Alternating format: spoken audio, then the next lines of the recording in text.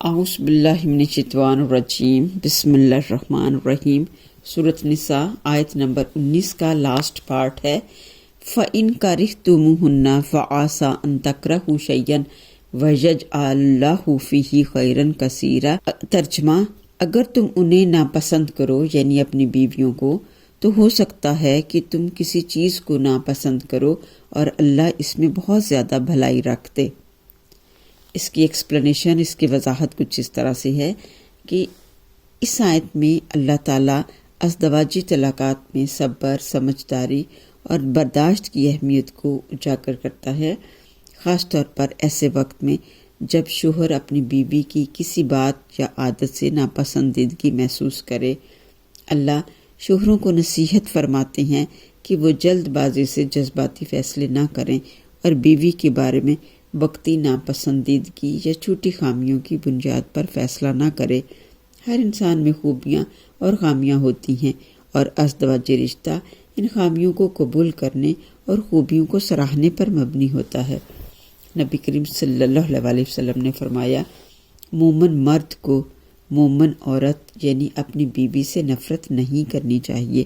اگر اس کی ایک عادت پسند نہ ہو تو کسی دوسری عادت سے خوش ہو جائے گا۔ یہ حدیث اس بات پر زور دیتی ہے کہ اپنی بیویوں کی خوبیوں پر توجہ دیں اور ان کی خامیوں کو نظر انداز کریں۔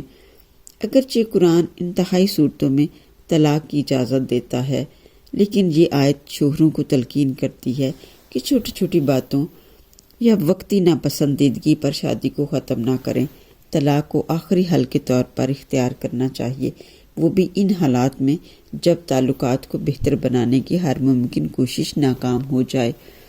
نبی کریم صلی اللہ علیہ وسلم نے طلاق کو ناپسند کیا اور شوہر کو ازدواجی طلاقات میں محبت اور ہمدردی برقرار رکھنے کی تاکید کی۔ نبی کریم صلی اللہ علیہ وسلم فرماتے ہیں، اللہ کے نزدیک حلال چیزوں میں سب سے زیادہ ناپسندیدہ چیز طلاق ہے۔ سورۃ بقرہ آیت نمبر 216 میں ارشاد ہے، ہو سکتا ہے تم کسی چیز کو ناپسند کرو اور وہ تمہارے لیے بہتر ہو، اور ہو سکتا ہے تم کسی چیز کو پسند کرو اور وہ تمہارے لیے بری ہو۔ اللہ جانتا ہے اور تم نہیں جانتے۔ یہ اصول صرف ازدواجی زندگی پر ہی مبنی نہیں ہے، بلکہ زندگی کے دیگر معاملات پر بھی لاگو ہوتا ہے اور ہمیں یہ سبق سکھاتا ہے کہ اللہ کی حکمت اور فیصلے پر اعتماد کرنا ہی سب سے بہترین ہے۔